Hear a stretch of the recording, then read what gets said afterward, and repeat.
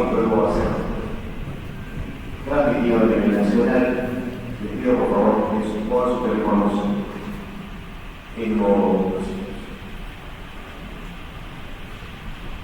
Vamos a dar inicio a esta conferencia internacional con las palabras de inauguración a cargo del señor congresista Alejandro Muñante Barrios Amigo. Vamos a recibir un poco de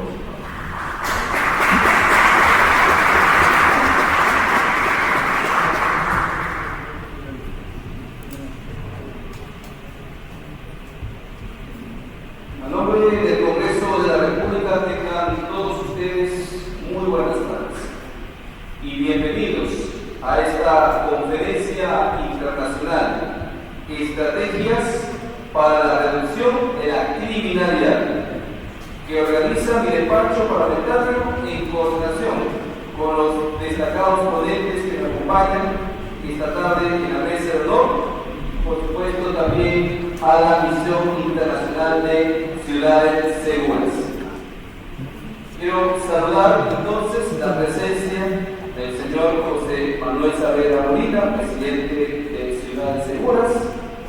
Asimismo también saludo la participación esta tarde del señor Gustavo Acevedo, alcalde de Santa Ana, El Salvador, en donde se viene aplicando el ya conocido mundialmente el plan Bukele contra la inseguridad ciudadana. También saludo la grata concurrencia del señor Francis Allison, alcalde de la Municipalidad Digital de Magdalena.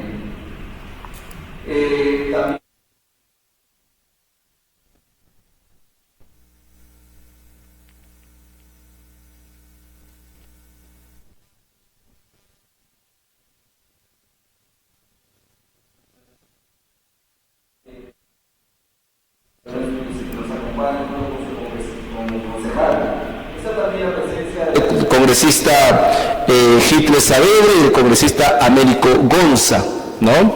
Están también aquí autoridades pertenecientes al CONASEC de diferentes distritos, líderes de organizaciones civiles, ¿no? También miembros del Serenazgo. Extiendo mi afectuoso saludo a todos y cada uno de ustedes. Hoy vamos a analizar una de las experiencias más exitosas en la lucha contra la inseguridad ciudadana en la región, y eso nadie puede dudarlo, que es justamente el caso de El Salvador. Como todos ustedes saben, de acuerdo a la última encuesta del Instituto de Estudios Peruano IPE, el 80% de los ciudadanos en el país se siente inseguro de ser víctima de un ataque delincuencial en las calles. Razón por la cual, como autoridades, no podemos permanecer indiferentes. Sabemos que contamos con la valerosa aportación de la Policía Nacional del Perú, con el Ministerio Público, que en los últimos tiempos han venido evidenciando una ardua labor contra la corrupción en el aparato estatal, y también en esa cadena de persecución y sanción del delito está el Poder Judicial. El Congreso de la República no ha sido ajeno y ha también aportado con importantes leyes en materia de seguridad ciudadana, a los que haré remembranza en mis reflexiones finales de este evento. Tenemos que analizar en dónde está el problema, en qué estamos fallando como sociedad y como Estado. Si bien es cierto, no podemos controlar el intercriminis en la mente del delincuente, nuestra tarea como Estado es proteger la seguridad de las personas que sí quieren trabajar esforzadamente por sus familias, salir sin temor a las calles, abrirse un negocio sin miedo a ser extorsionados o asesinados, o que se les exija el pago de un cupo para el trabajo, entre otros. Basta ya de tanta criminalidad. Los peruanos estamos hartos y necesitamos urgentemente retroalimentarnos de otras experiencias cercanas como la del hermano país de El Salvador, y por una vez ser capaces de mirar y priorizar los derechos humanos de las personas de bien y no los de los delincuentes que a diario impregnan de terror nuestras calles. Sin más espera, doy por inaugurada esta conferencia. Muchísimas gracias y sean todos bienvenidos.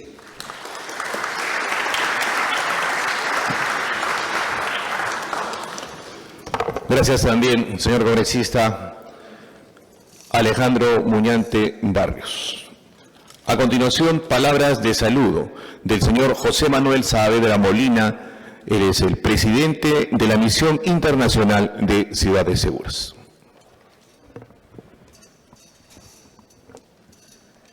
Muy buenas tardes, congresista Alejandro Muñante. Saludar la presencia del alcalde de El Salvador, Gustavo Acevedo, de nuestro invitado Luis Contreras, también de El Salvador, experto en seguridad ciudadana, Francis Allison, alcalde de Magdalena. Saludar, a los congresistas presentes, alcalde de Los Olivos, al embajador Pablo Caballero. Y hacer solo una reflexión. La 10ª misión de Ciudades Seguras se ha realizado en esta oportunidad en la ciudad de Lima y tomamos como referencia 7 distritos. 7 distritos que tienen buenas prácticas en seguridad ciudadana. Y por eso invitamos el día de hoy a Francis Allison, alcalde de Magdalena del Mar, porque es un distrito que ha aplicado buenas prácticas en los últimos años en que él ha sido alcalde y que lo invité a participar junto con otros alcaldes de otros distritos de diferentes de la ciudad de Lima, y ha sido una muy buena experiencia porque en febrero de este año viajó una primera comitiva a El Salvador. Estábamos interesados en conocer lo que pasaba en El Salvador, si era verdad todo lo que escuchábamos, todo lo que decían del presidente Bukele. Y decidimos viajar en esa oportunidad con una delegación de cerca de 15 personas. En mayo volvimos a viajar, en donde estuvimos ya con el congresista Muñante y el congresista Gonza, que también se unió a la delegación. Y realmente, yo le digo, nos quedamos satisfechos, se puede caminar tranquilamente. Ya el alcalde Gustavo nos va a dar esa exposición sobre el plan Bukele, pero nos gustó la experiencia y por eso es que hemos en esta oportunidad invitado a los alcaldes de El Salvador y también el alcalde acá presente de Ecuador, del cantón de Tulcán, a que vengan al Perú a poder también intercambiar experiencias, porque el objetivo de esto es intercambiar experiencias exitosas en seguridad ciudadana que puedan fortalecer a los gobiernos locales y de esta manera sea mutuamente. Por eso se han firmado ya algunos hermanamientos. Hay un buen balance de esta misión, se han firmado hermanamientos con varios municipios y ahora pues el alcalde ya también lo explicará, el alcalde Gustavo Acevedo,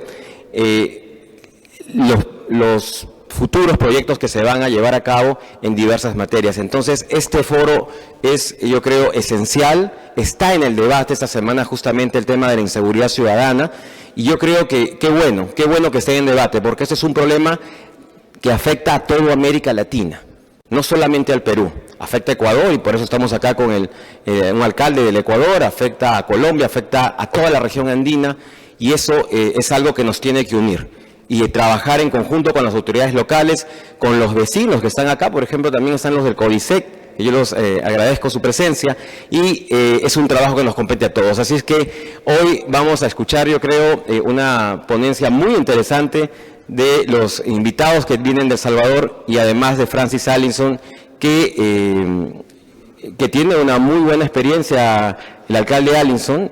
Yo recuerdo en el 2003, yo soy ingeniero industrial y permítame extenderme, hice una tesis sobre la Municipalidad de Magdalena del Mar. Era el Balance Scorecard aplicado a la seguridad ciudadana.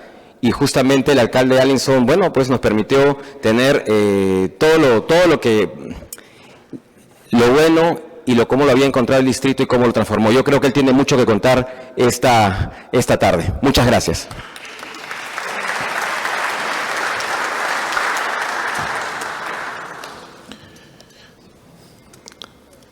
Gracias también al señor José Manuel Saavedra Molina. A continuación, vamos a tener la exposición del señor Gustavo Acevedo. Él es alcalde de Santa Ana, El Salvador. Fuertes aplausos.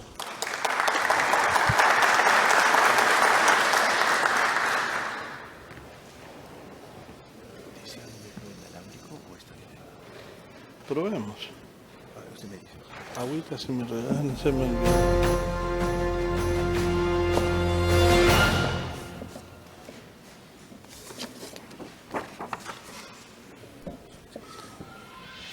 No, si quiere déjenmelo, póngalo.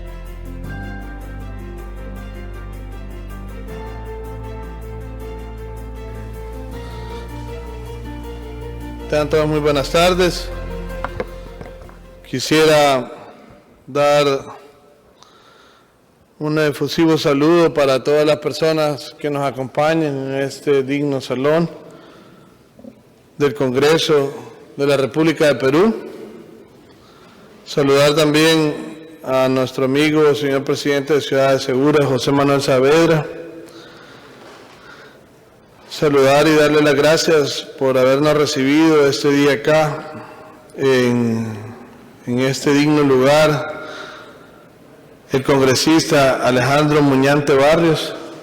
Gracias por habernos recibido, por la invitación, por estar acá con nosotros. Él ha estado con nosotros en El Salvador compartiendo, ha estado en Santa Ana, ha estado en la capital también.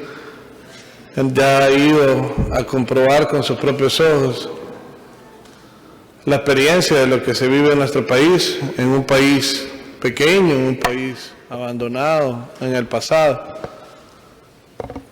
También saludar al alcalde, nuestro amigo alcalde de Ecuador,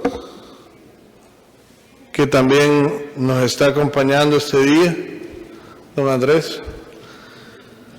Hemos estado en varias municipalidades ya desde el día de ayer.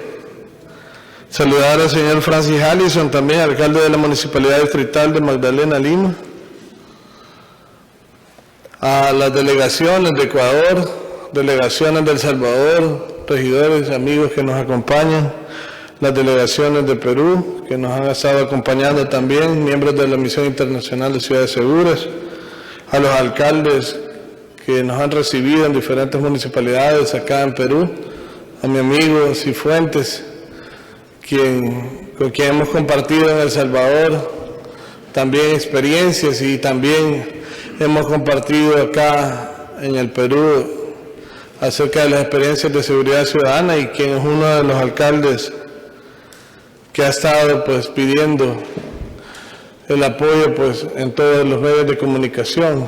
Yo le decía a él hace unos días, porque muchos tweets y muchos mensajes de redes sociales se escuchaban acerca de Cifuentes en El Salvador, y yo le decía, al final le decía, tenemos acá en Perú el alcalde más famoso de El Salvador, le decía, porque en todas las redes en El Salvador salía, nos estábamos viendo y se volvía viral que nuestro amigo Cifuentes estaba pues pidiendo aplicaciones de un plan especializado contra la seguridad, contra el crimen organizado aquí en Perú,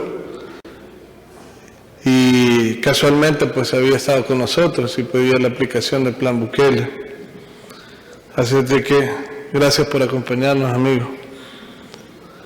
Saludar también a todos los miembros de la prensa que nos acompañan, y a mi adorada esposa que está aquí conmigo, que no me deja en ninguna parte solo. Ella sí no se queda nunca. Y bueno, El Salvador es el pulgarcito de América, es un país sumamente pequeño, es un país apenas de 6 millones de habitantes. Ustedes acá, solamente en la capital, tienen el doble de población de lo que nosotros tenemos en todo el territorio nacional. Tienen recursos, El Salvador no tiene recursos. Ustedes tienen son un país que tiene minerales, petróleo.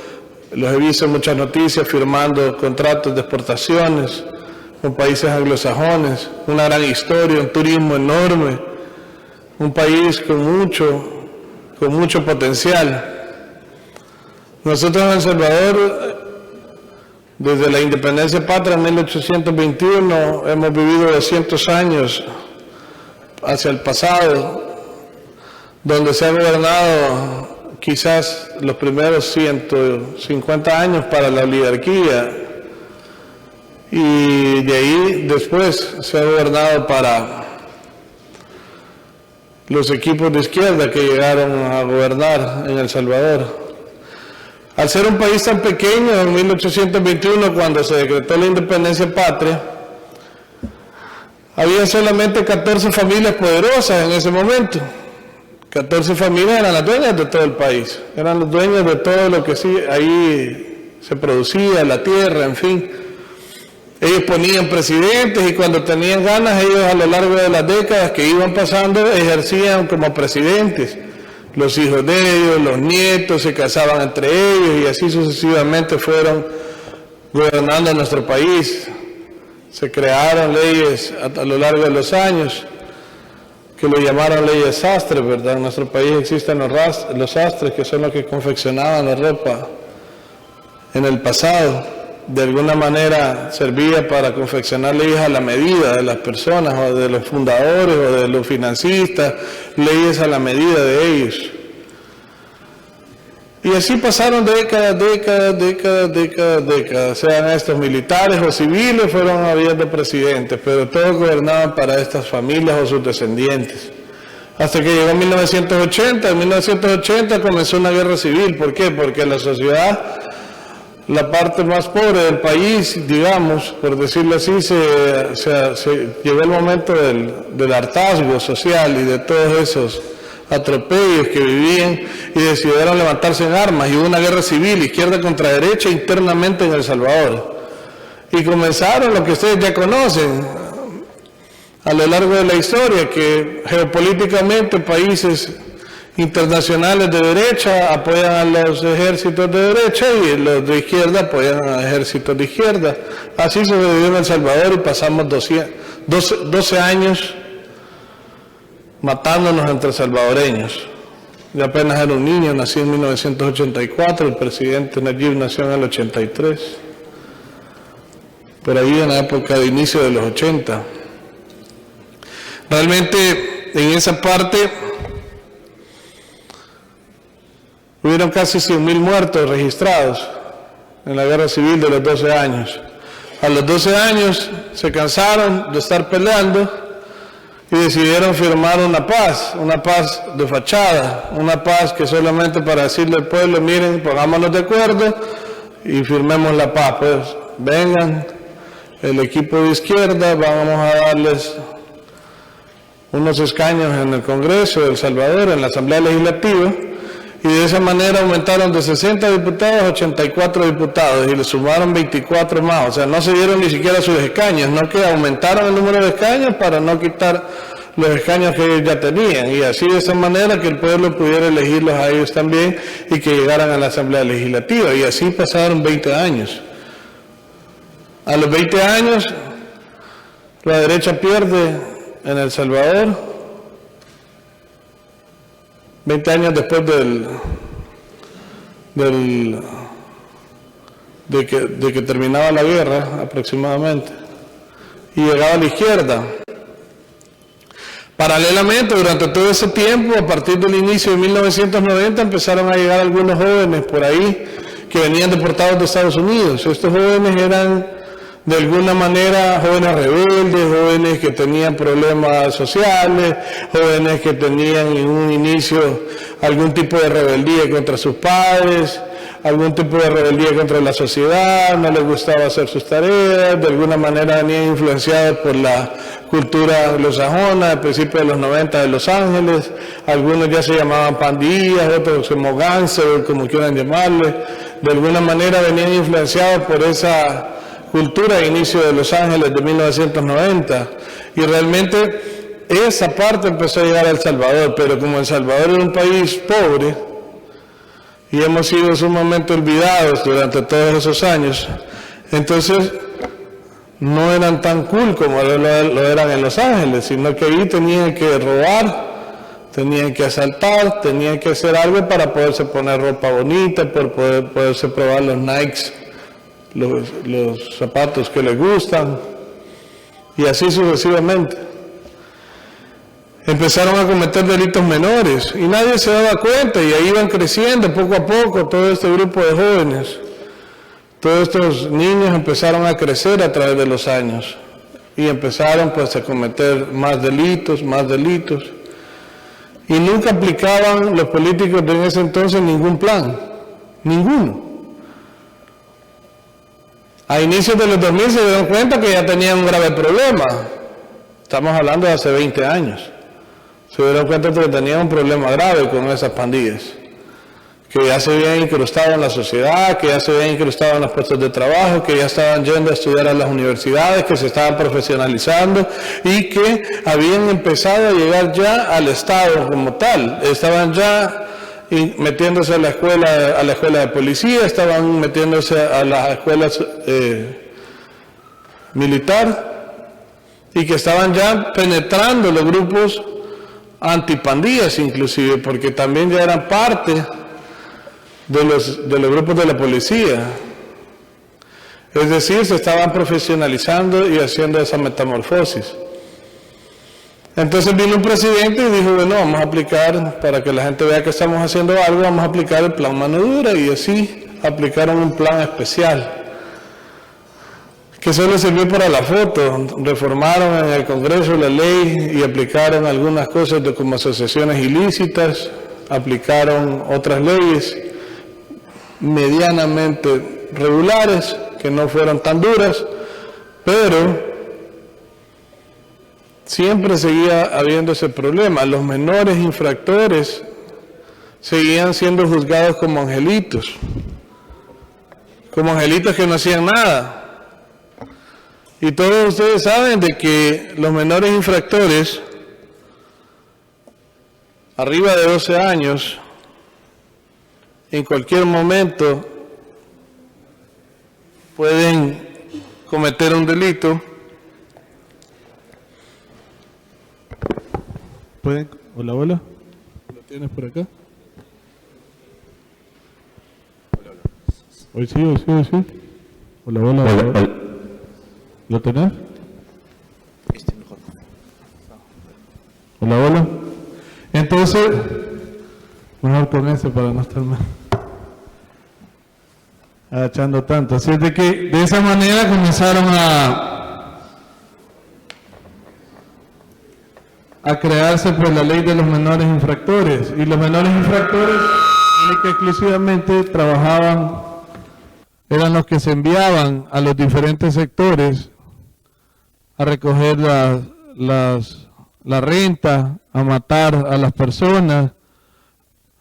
Era parte del crimen organizado, eran parte de lo que empezaron a utilizar las maras para poder postear, le llamaban en El Salvador. Es decir, cuando alguien iba en un vehículo, un pick-up, una camioneta, un bus, en las esquinas estaban ya estos jóvenes, estos niños, que parecían niños en ese entonces, comunes y corrientes, en las esquinas, con teléfono en mano avisando, ahí va un carro rojo, ahí va un carro rojo, ahí va un carro rojo. Hasta que definitivamente tenían un equipo de investigación sumamente poderoso, porque tenían un ejército enorme de personas. O sea que llegaron a contabilizar casi 100.000 pandilleros. Y estos niños eran los que cometían los graves problemas, los graves delitos. Ellos eran los que llegaban a cometer los delitos de matar, de informar y de recoger el dinero. Llegaron a tener empresas para los mayores. Y así fueron reproduciéndose a través del tiempo. Aquí he visto yo que ustedes se asombran cuando ven una noticia de que mataron a un sereno, que le llaman acá la policía municipal, o se asombran cuando mataron a una persona que entró en una cancha y disparó contra alguien que estaba jugando fútbol o basquetbol. Eso nosotros lo vivíamos a diario. Todos los días vivíamos cerca de 30 muertos. Era una situación bastante difícil. Yo personalmente podía observar con mis propios ojos al menos uno a la semana de esos 30 diarios. Definitivamente ya en las noticieras ya no se llamaban noticias 6 o las noticias del 8, la 4 Visión, se llamaba un noticiero y ya la gente ya no le llamaba 4 Visión, no que ya va a ser la hora de Sangre Visión, decíamos a las 8 de la noche, porque había que ver la sangre a dónde había corrido esos días. Y la noticia era quien exponía más la sangre de los fallecidos, era el que tenía más rating, porque la gente quería ver a dónde había sido y cómo lo habían hecho. Llenaron de luto El Salvador, llenaron de luto nuestro país. La policía estaba tan jodida, tan mal, de que no podían ni siquiera hacerles nada a los pandilleros o los militares. ¿Por qué? Porque las leyes no eran tan fuertes y se convertían en una rueda de caballitos. Yo no sé si ustedes tienen acá leyes parecidas a las que nosotros teníamos, pero en El Salvador teníamos leyes decíamos, de rueda de caballitos, es decir, el domingo aparecía una persona y denunciaba que le habían robado el celular, si es que quedaba vivo, porque si estaba muerto no denunciaba nada. Pero si quedaba vivo, el domingo denunciaba el delito que le había pasado. El lunes aparecía la Policía Nacional Civil en El Salvador y los capturaba. El martes la Refiscalía presentaba su requerimiento, que es el órgano de allá en El Salvador que presenta los requerimientos para incriminar a una persona. El miércoles se estaba presentando en la corte, habían pasado ya 2 días. Se presentaba ante un tribunal o una corte, en una audiencia inicial, y en el peor de los casos, o sea, en el mejor de los casos que se lograra hacer algo, esta persona salía con algunas medidas, pero lo normal es que saliera sobreseído y libre nuevamente. Entonces, ¿qué significaba? Era una rueda de caballitos, entraba el lunes y salía miércoles, salía jueves, salía viernes, y salía más enojado, salía bravo, y salía más enojado que el jueves estaba matando al policía que lo había capturado, el viernes estaba matando a la persona que lo había denunciado y a toda su familia. Entonces los policías, viviendo en casas vulnerables, viviendo en lugares también jodidos y expuestos, no tenían nada que hacer. Es más, si no valía la pena, mejor no se metían en problemas. Porque si no, después, cuando esta persona salía, los iba a matar. Y volvía a la rueda de caballitos, mataba a 2 y otra vez la otra semana volvía a entrar el preso. Bueno, se conocieron casos especiales de gente que estuvieron detenidos 9 veces y de las 9 veces salieron. ¿Y cuántos muertos habían tenido ya? Definitivamente estábamos en un serio problema de seguridad. Pero no ha llegado a eso todavía. Nosotros hace 20 años estábamos ahí, donde ustedes están hoy. Entonces, esta rueda de caballitos no se podía hacer nada. En el 2019 llegó Nayib Bukele a la presidencia de El Salvador. Ganó las elecciones y se convirtió en presidente. A partir de entonces empezó a aplicar una serie de cambios. Previamente a eso, él ya había sido alcalde de 2 ciudades anteriormente y había hecho cambios de apoyo para los jóvenes, de liberar zonas, liberó el centro histórico de El Salvador, hizo grandes cosas. O sea, no es solamente lo que ven que el régimen de excepción y se hizo eso es lo que sale en las noticias y que la cárcel y todo eso, sino que viene un plan desde que él era alcalde. Luego del 2019 al 2021 ejerció como presidente, pero sin apoyo del Congreso. El Congreso le refutaba todas las leyes que él ponía. Todas las leyes que él pedía se las refutaban. Incluso el presupuesto no le daban dinero, no le daban los proyectos, no le daban el apoyo. Pasaron 2 años en donde en vez de ayudarle le interpelaban a los ministros, le llamaban a los ministros al Congreso para decirle venga para acá, usted explique qué es lo que está haciendo. Y así es como pasaba la historia. Llegó el 2021, fueron las siguientes elecciones, que es ya de congresistas o diputados, como le llamamos allá, y los alcaldes. Y la gente completamente harta de lo que estaban viviendo en contra de Bukele, nos dio el voto de confianza. Y pasó lo que nadie creía que iba a pasar.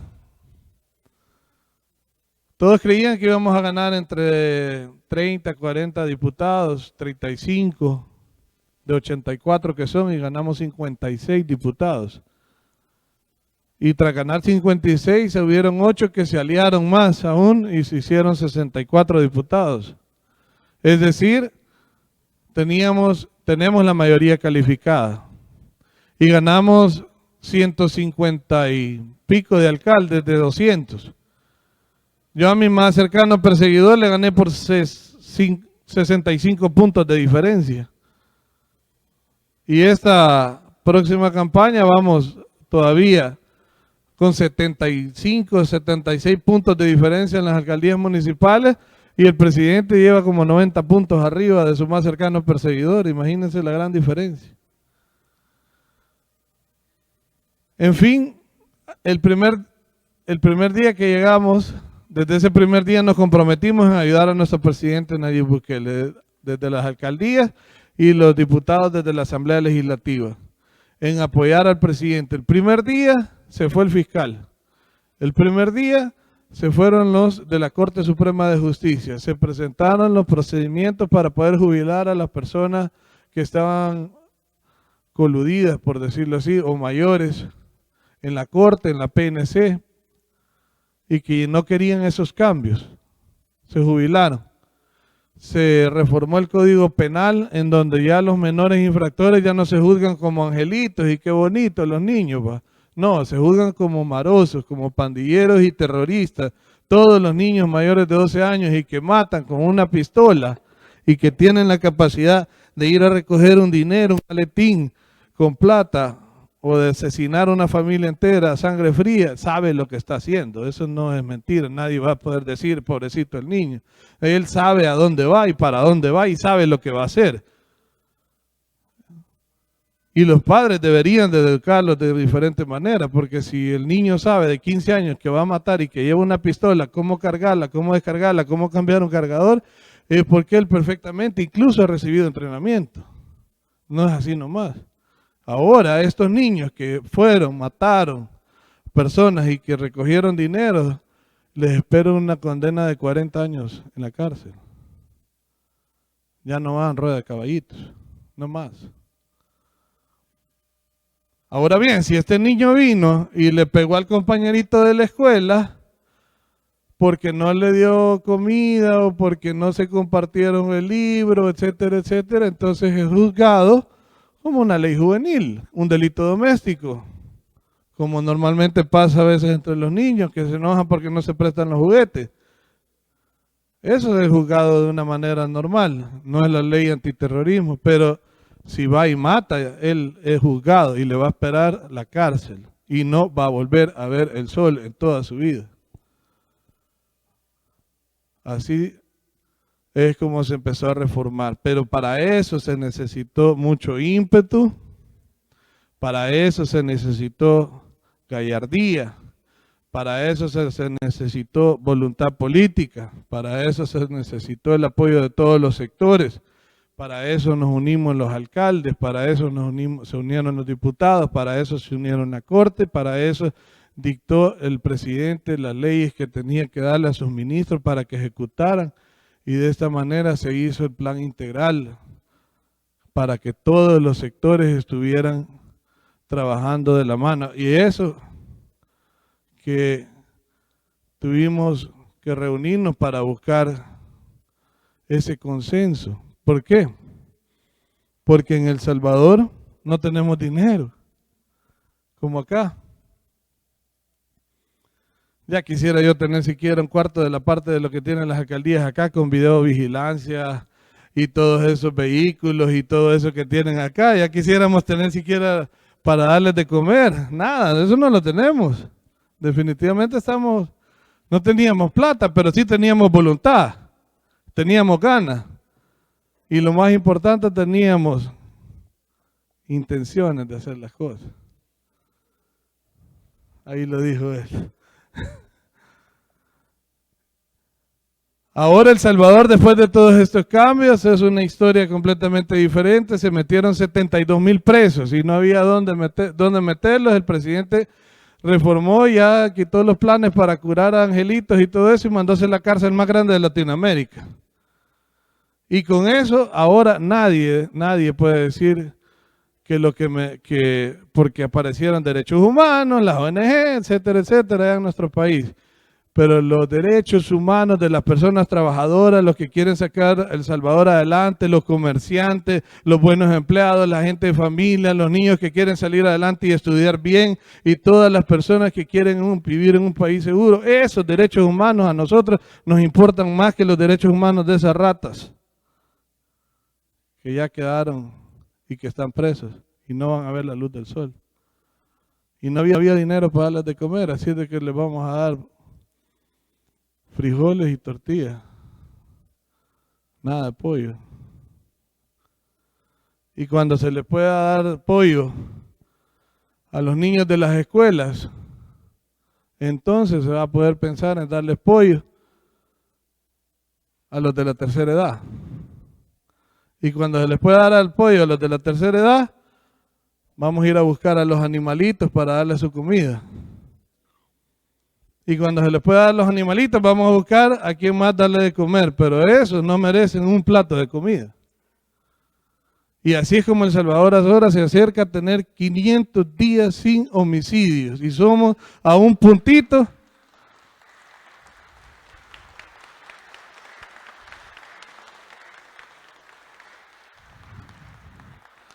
Y estamos a un peliquín, en un país tan pobre.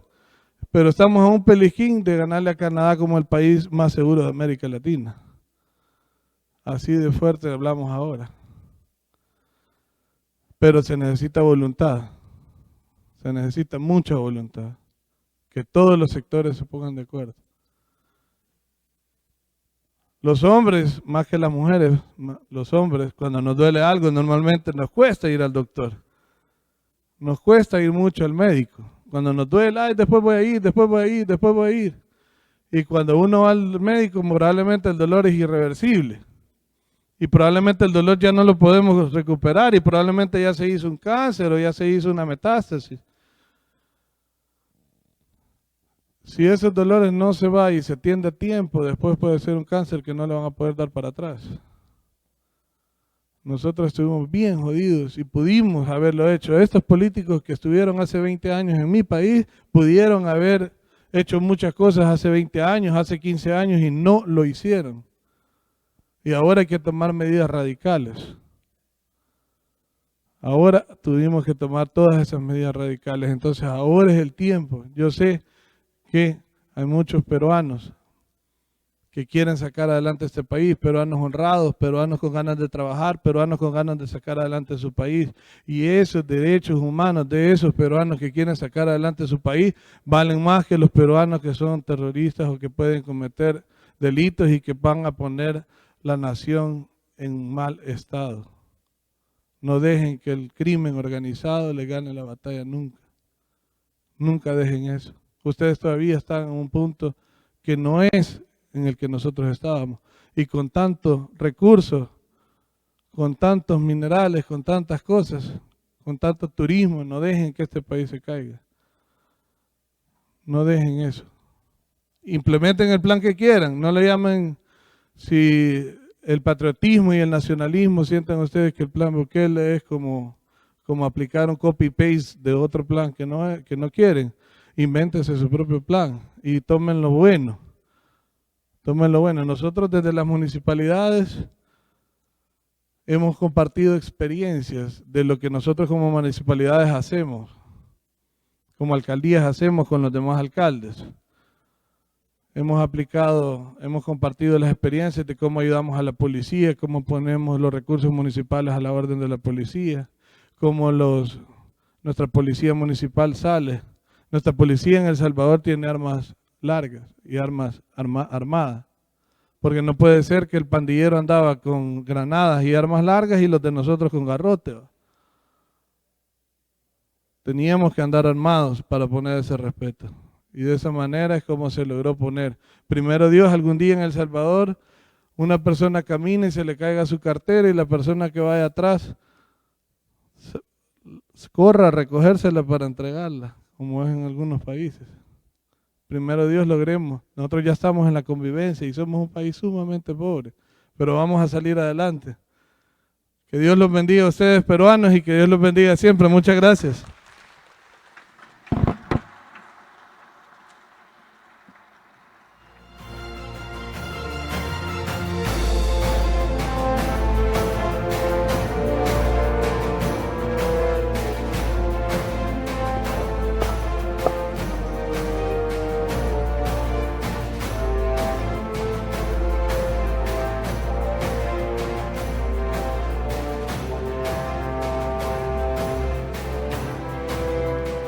Agradecemos la exposición del señor Gustavo Acevedo, alcalde de Santa Ana, El Salvador.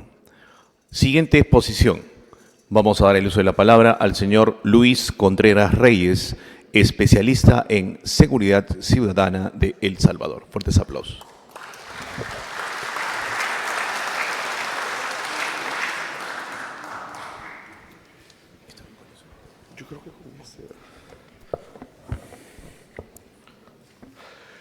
Muy buenas tardes a todos los asistentes. Es un gusto estar aquí ante ustedes esta tarde.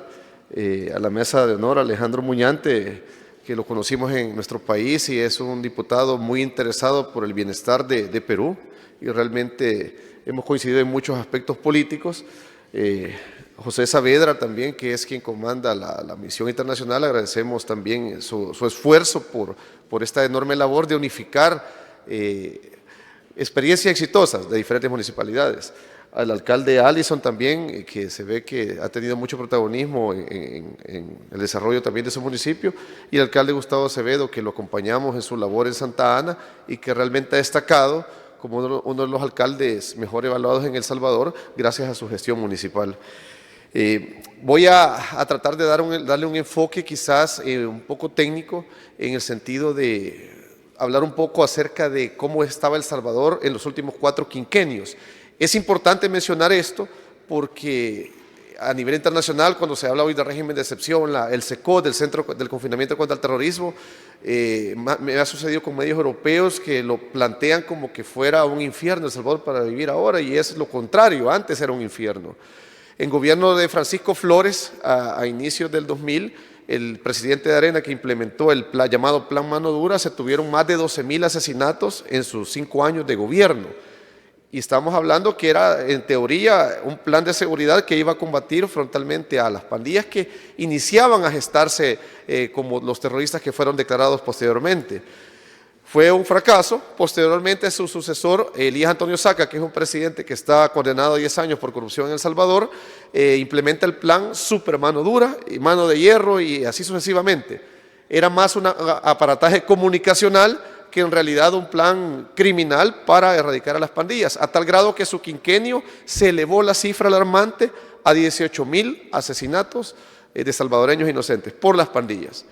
Luego de esto, el gobierno de izquierda, del FMLN, llega al poder debido a ese fracaso de esos gobiernos del Partido de Arena, de la derecha de El Salvador, y tuvimos a Mauricio Funes, que lamentablemente también alguien que desfalcó al Estado a nivel político, que ahora pidió asilo en Nicaragua, hoy es ciudadano nicaragüense, y se tuvieron más de 17,500 asesinatos, es decir, no bajó en lo mínimo, con la agravante que en su gobierno hizo un pacto con las pandillas, el cual les brindó un poder político, el cual no poseían hasta ese momento.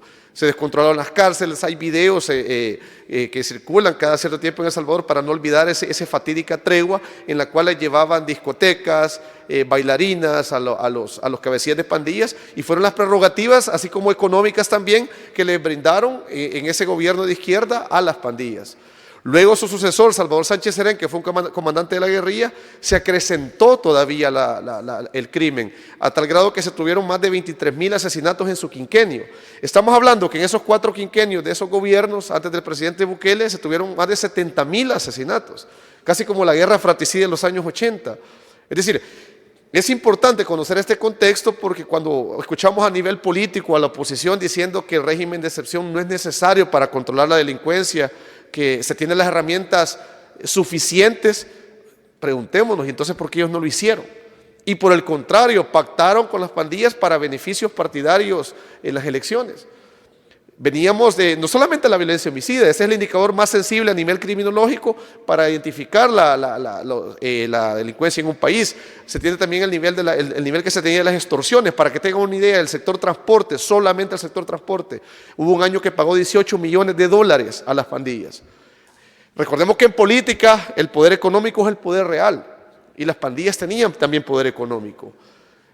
Compra de arsenal, armas largas, a tal grado que en su momento, en el 2012, el Departamento del Tesoro de Estados Unidos los catalogó como grupos terroristas, equiparándolos al nivel de la mafia de yakuza japonesa y los carteles de droga de México, 2012. ¿Cómo es posible que en ese momento los gobiernos de izquierda no hicieran nada al respecto para contrarrestar esa ola criminal de esas estructuras pandilleriles? Las maras y pandillas no son delincuencia común. Ellos ejercían una violencia instrumental con un sadismo que no tienen idea.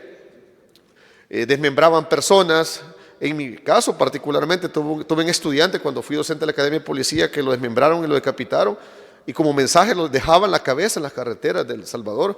De eso venimos, como lo decía el alcalde Acevedo, de un pasado que ya no queremos recordar, bueno, no queremos volver obviamente y que ningún país lo viva. Y por eso es hasta incómodo, molesto cuando organismos de derechos humanos se pronuncian sin conocer, y muchos de ellos conociendo la realidad que había en El Salvador, pero obviamente por cuestiones políticas y de beneficios económicos que tuvieron en su momento cuando trabajaban con gobiernos de izquierda, por eso despotrican contra el actual gobierno de El Salvador. El Plan Control Territorial se comienza a implementar en el 2019. Ese es en sus 7 fases. Todavía no se han desarrollado las 7 en su totalidad, solamente 4.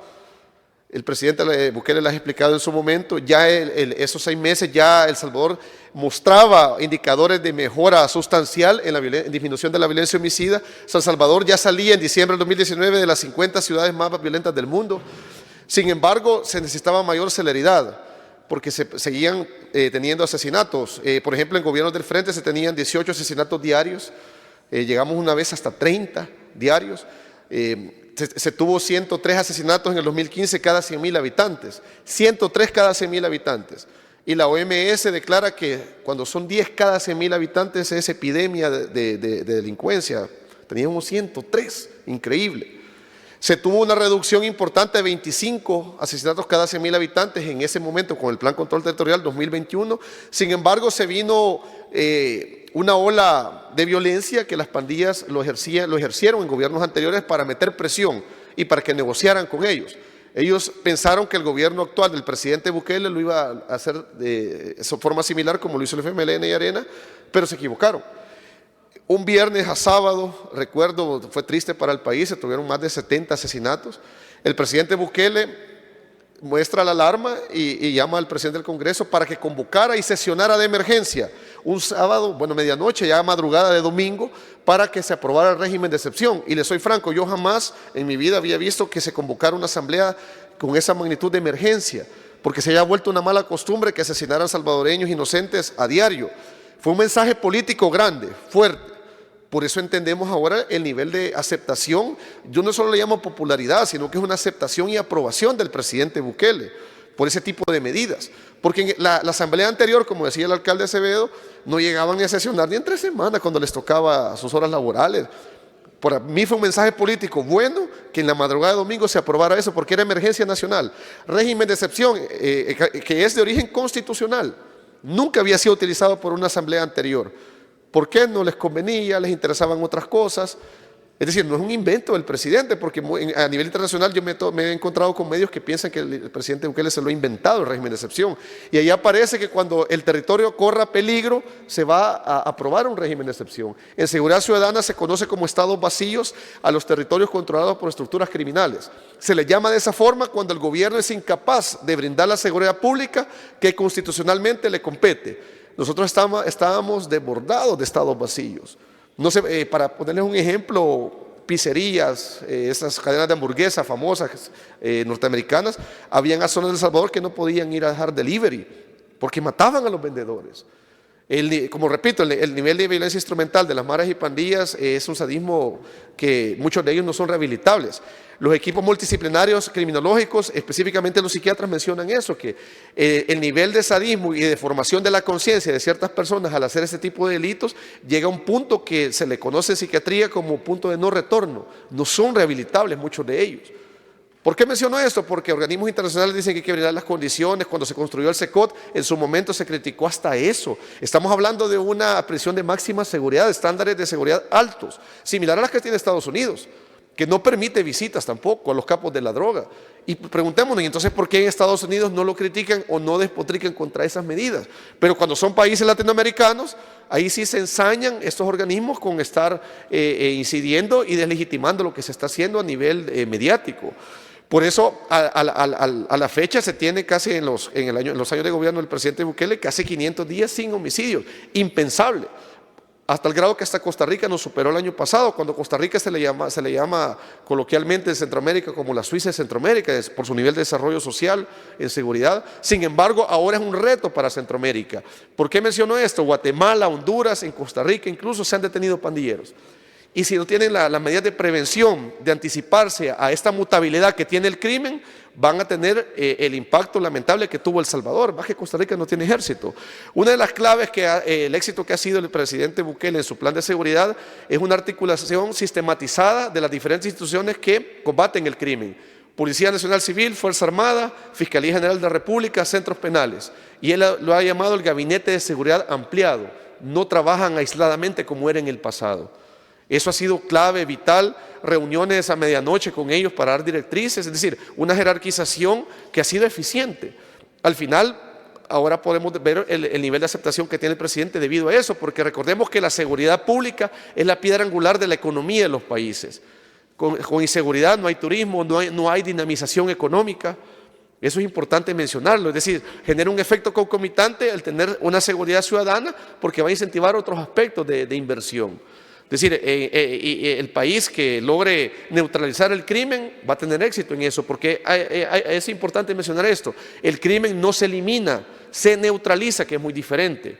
¿Por qué? Porque tiende a fluctuar a través del tiempo. Por eso las políticas de seguridad ciudadana, criminales, deberían encaminadas a cerrar todo espacio posible para que no vuelva a germinar el crimen. Es decir, si el presidente comienza con leyes laxas o a quitar el régimen de excepción cuando todavía no es necesario, podrían volver a reconfigurarse las pandillas. El régimen de excepción se sigue aprobando no por cuestión antojadiza. Hay un estudio criminológico de por medio. Con base a ese estudio, el Gabinete de Seguridad solicita a la Asamblea ese tipo de ampliación para que se siga realizando. Es decir, va a llegar un momento que el régimen va a desaparecer y nos vamos a quedar siempre con las leyes que es importante mencionarlo, las reformas que se han hecho al Código Penal. Andar tatuajes alusivos a pandilla ya es delito, antes no lo era. Por eso ha tenido éxito el nivel de detención. De 9 años, que era la pena para un cabecilla de pandillas, ahora se ha elevado a 45 años. Y por eso se han pronunciado los organismos internacionales. Es inexplicable realmente. Por eso esta tarde era sumamente vital que diéramos estos datos, arrojar estos datos, porque se desconoce mucho acerca del tema.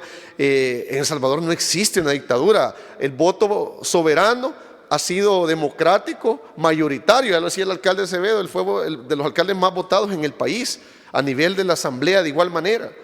El día lunes, al día de ayer, salía la última encuesta, de los 60 diputados que se van a elegir el otro año, 58 le dan a la bancada de Nuevas Ideas del presidente, solamente 2 de oposición. Siguen atomizándose porque ellos siguen con la misma retórica que el régimen de excepción no es necesario. Totalmente alejado de la realidad que el país está viviendo. Y hombre, es decir, las extorsiones han disminuido casi el 100%, por eso se ve más dinamismo económico en El Salvador. Al final, recordemos que la política, cuando es percepción, debe volverse realidades, y el presidente es un hombre visionario realmente que ha logrado neutralizar el principal problema en El Salvador, que era el crimen organizado de los grupos terroristas conocidos como maras y pandillas. Como decía el alcalde Acevedo, en los 90 no se le prestó la atención necesaria, se dio igual, y esos muchachos que andaban en la calle pidiendo dinero lograron una estructura compleja con ayuda también de pandilleros que eran deportados de Estados Unidos, y así oxigenándose después por otro tipo de delincuentes, también narcotraficantes, a lograr un músculo criminal que ningún gobierno anterior había podido neutralizar. A la fecha eso es totalmente diferente.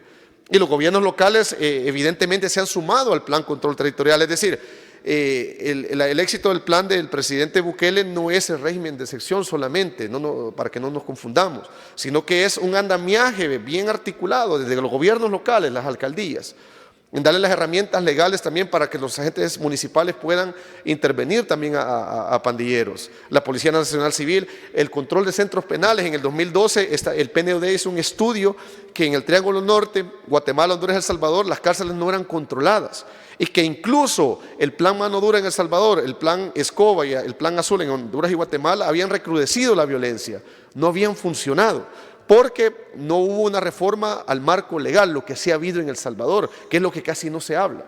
Esas penas, lo que se mencionaba anteriormente, los organismos ponen el grito en el cielo cuando se detienen o se condenan a niños de 13 años, 14 años.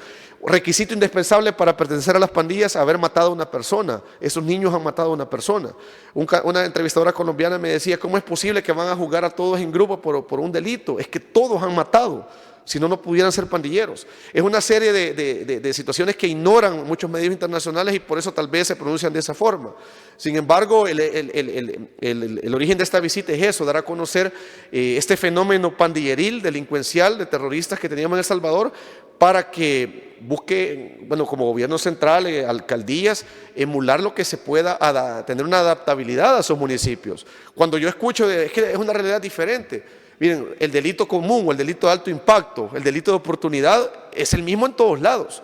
El robo, hurto, atracos, es el mismo en todos lados. Lo que pasa es que después va teniendo una mutabilidad que se va haciendo más compleja. Aquí he estado viendo las noticias, hay extorsiones, mataron a un señor de un negocio porque lo estaban extorsionando. Entonces estamos hablando que es una realidad similar, pero a muchos políticos yo he escuchado, no solamente acá, sino que en otros países, es que son realidades diferentes.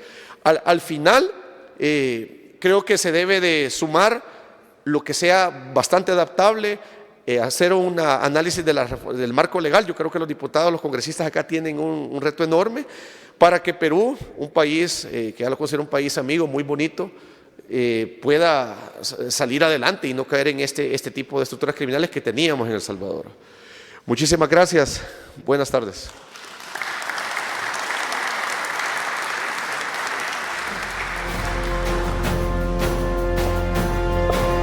Muchas gracias también a nuestro expositor, el señor Luis Contreras Reyes.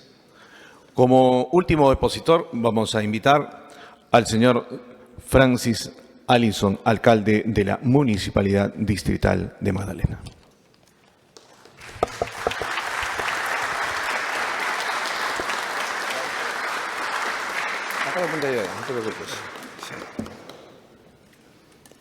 Buenas tardes. Señor congresista de la República, Alejandro Muñante, señor embajador de El Salvador, señor alcalde de Santa Ana, Gustavo Acevedo, señor alcalde de Los Olivos, Felipe Castillo, señor alcalde de San Martín de Porres, Hernán Cifuentes, señor alcalde de Tulcán, Ecuador, Andrés Rubaño, señor José Manuel Saavedra, presidente de Ciudades Seguras, señor Luis Contreras, experto en seguridad ciudadana, autoridades, ciudadanos, vecinos, amigos todos. El Perú está viviendo una segunda ola de violencia. La primera fue con Sendero Luminoso y con el MRTA. Los peruanos están muriendo en las calles, ya no en manos de terroristas, sino en manos de delincuentes comunes y del crimen organizado, que no duda en matar al mototaxista que no pagó los 8 soles diarios que tienen que pagar como cupo. Repito, están matando mototaxistas por no pagar 8 soles diarios de cupo. Entender claramente entonces que los peruanos y las peruanas de bien tenemos un enemigo en común, esta lacra social. Y entender además que la única manera de enfrentar a esos maleantes es con firmeza, con decisión y con valentía.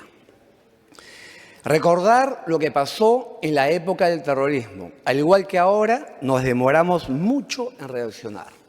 Recordemos aquel gobierno que dijo que eran abigeos los terroristas, es decir, ladrones de ganado.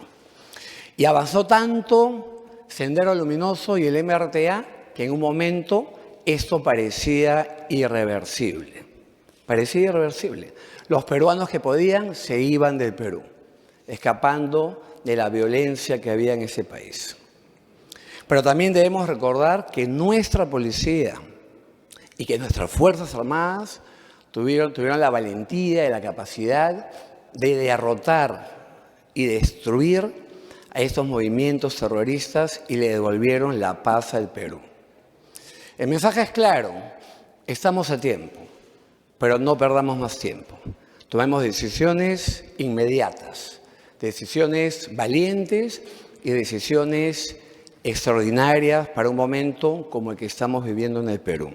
Porque efectivamente, como dice Lucho, eso se puede convertir en irreversible si no tomamos al toro por las astas de manera inmediata. Recordar además, queridos amigos, que el Estado se crea históricamente con un fin. El Estado no da educación, ni salud, ni nada de lo que da hoy en día. El Estado, cuando se crea, que es una construcción humana, un invento humano, el Estado, se crea básicamente y únicamente para proteger y dar seguridad a los seres humanos. O sea, la función principal, el motivo mismo de la existencia del Estado es la seguridad ciudadana, ni más ni menos. Todos los demás motivos finalmente terminan siendo secundarios frente a nuestro derecho a la vida, a la paz, a la tranquilidad. Y esto, que es histórico y real, lo reafirma nuestra Constitución, la actual. El artículo 1 de la Constitución que dice, el fin supremo del Estado, ¿cuál es? La protección de la persona humana. Artículo 1. ¿Qué dice el artículo 2? Ahí están los derechos fundamentales, ¿no?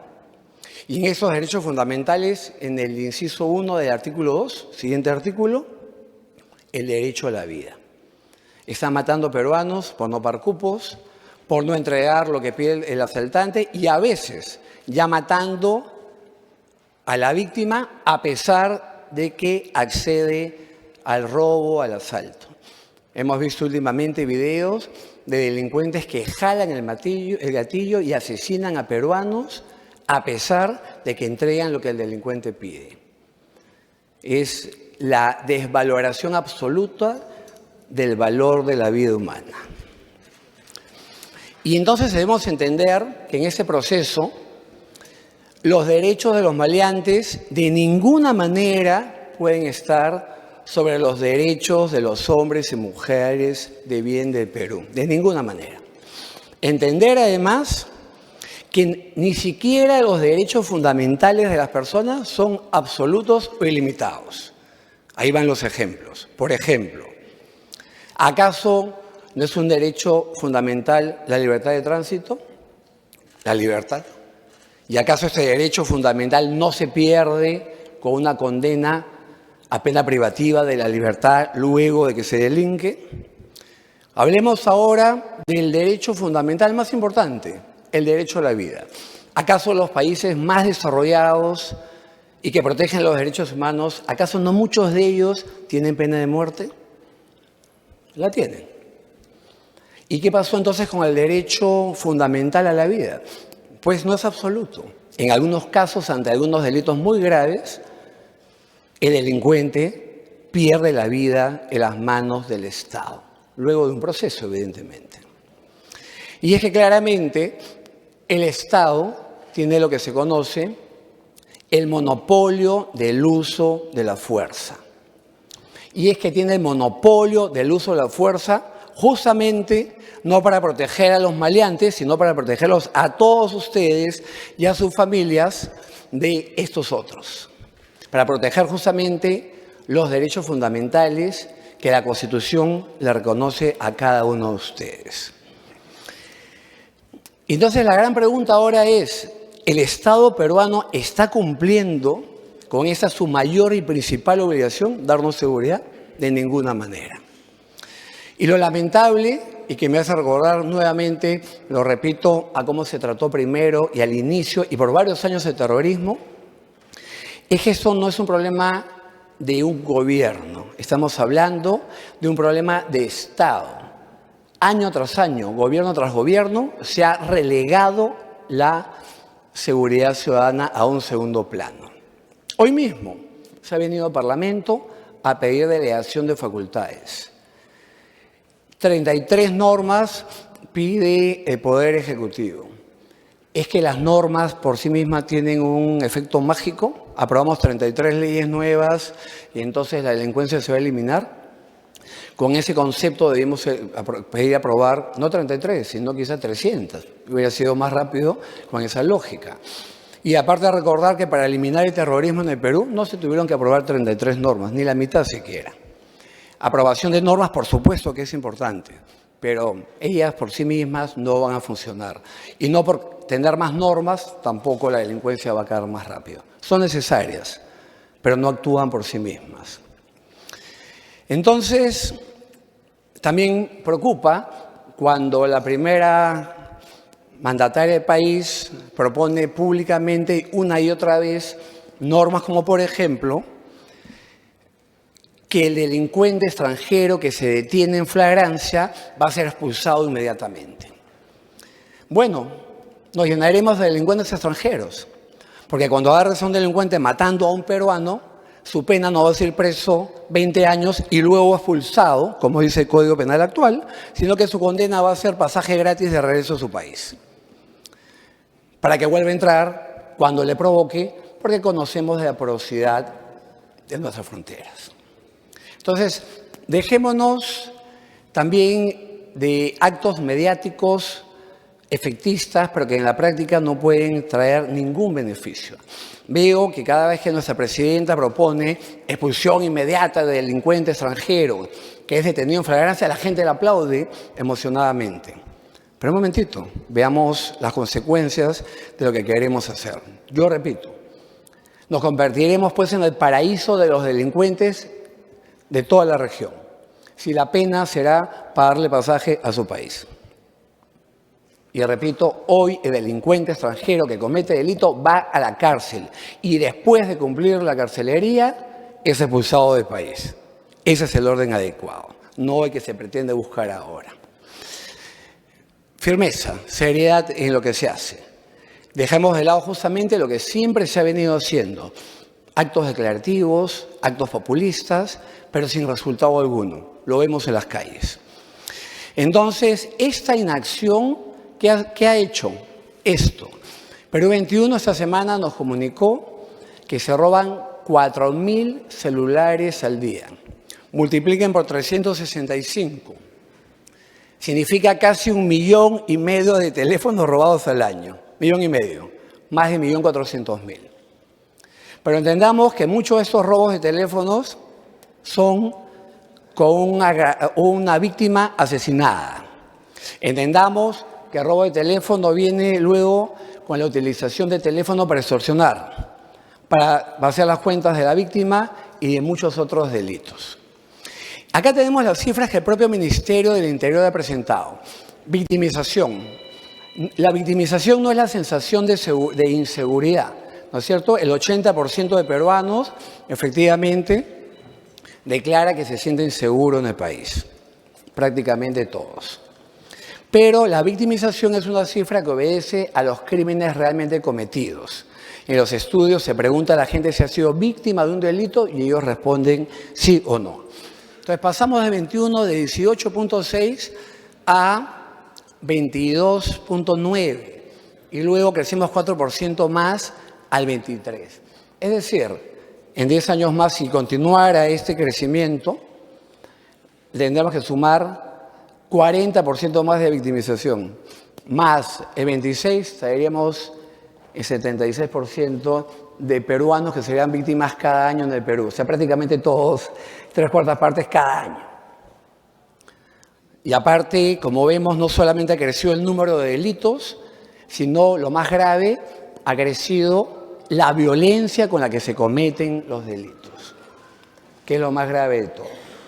Pero no solamente ha crecido en número la delincuencia común y en violencia. Lo más grave de la historia es lo que está pasando con la llegada del Perú del crimen organizado. No tenemos solamente, para que lo sepan, organizaciones criminales venezolanas, que es lo que se habla mucho en el Perú. Lamentablemente tenemos ecuatorianas, colombianas, venezolanas y brasileras, ¿no? O sea, somos un país donde hemos permitido que el crimen organizado tome de a poco ese país. Y si no hacemos algo, comenzarán a controlar territorios, como ha sucedido en algunas partes del mundo, y habrán consecuencias cada vez más negativas para nosotros. Ya el Diario de Comercio informó en días pasados, una semana aproximadamente, que el año pasado, año 2022, se ha cuadruplicado el número de peruanos que se ha ido de Perú para no volver. Y uno de los 4 motivos para que eso suceda es el incremento de la delincuencia. ¿La gente tiene derecho a vivir en paz? Por supuesto que sí. Entonces, ¿qué es lo que tenemos que hacer? Vamos a lo siguiente, por favor. Siguiente, Filmina. Siguiente. En primer lugar, necesitamos liderazgos claros. Acá me acompañan varios alcaldes y claramente muchos de los alcaldes estamos seriamente comprometidos en esto. Y aparte somos, sinceramente, las autoridades más expuestas a ser víctimas de un ataque, de un sicariato o de algo. Estamos en la calle, no tenemos la seguridad que tiene un ministro, ni la seguridad que tienen altos gobernantes del Estado. De hecho, no tenemos seguridad más que la que pueda pagar la municipalidad. En mi caso, no tengo seguridad. Entonces, ¿pero qué pasa? ¿Podemos decir que hoy en el Perú hay un liderazgo claro de quien debe dirigir esto, que es la presidenta del Perú? Todavía no. Esperamos que eso cambie. Pero nuestra presidenta todavía no está liderando esto, que es fundamental que ella como primera mandataria lo lidere. Es fundamental. Segundo, tenemos que dar un apoyo decidido a la Policía Nacional del Perú. Protejamos a quienes nos protegen. Primero, es importante saber, si hablamos de logística, que el 46% de los vehículos de la Policía Nacional están malogrados. Casi la mitad.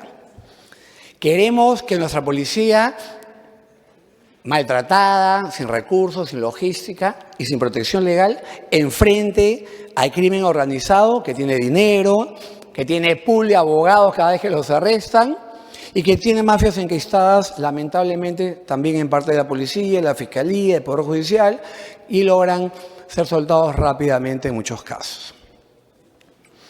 Entonces, apoyo decidido a la policía. Primero, en lo logístico. Segundo, en cuanto a la inteligencia policial, porque es fundamental aplicar y fortalecer la inteligencia policial para destruir, por ejemplo, al crimen organizado. Y además, algo fundamental que lo acabo de decir, proteger a la policía. Este debe ser uno de los pocos países del mundo en los cuales se apresa a un policía por usar el arma de reglamento contra un maleante armado que pone en riesgo su vida o la vida de los ciudadanos. El mundo al revés. El mundo al revés. Ningún país desarrollado, ni ningún país que protege los derechos humanos cree que el maleante tiene más derecho a vivir que los ciudadanos o que los policías que están defendiendo a los ciudadanos. Protejamos a la policía. Luego de ello, sí tenemos que destruir los niveles de corrupción que lamentablemente sí hay en 4 niveles. Policía. Soy un amigo de la policía y creo firmemente que tenemos que apoyarla. a la gloriosa Policía Nacional de Perú. Pero no es menos cierto que hay malos elementos como en todo grupo humano. Como en todo grupo humano, aquí y en el mundo. Y además también los hay, lamentablemente, en la Fiscalía. Me gustaría que esa Fiscalía y ese Poder Judicial inflexible, que pone a 22 años de cárcel a un excongresista cuadraplégico y que sí ha cometido un delito y sí tenía que ser condenado, actúe de la misma manera contra los asesinos, los extorsionadores, los violadores. Parece fiscalías y poderes judiciales de dos mundos diferentes, paralelos. Cuando llega un caso mediático, no hay tecnicismo ni garantismo que permita la liberación del imputado, del perseguido, pero cuando es un caso sin reflectores encima, liberan a los grandes maleantes del Perú. Ejemplos, docenas. El más famoso, el maldito Cris, quien ya había sido detenido poco antes, con arma ilegal, pena de 6 a 10 años y con varios teléfonos robados. ¿Qué más necesitaba la señora fiscal para pedir la detención de ese maleante?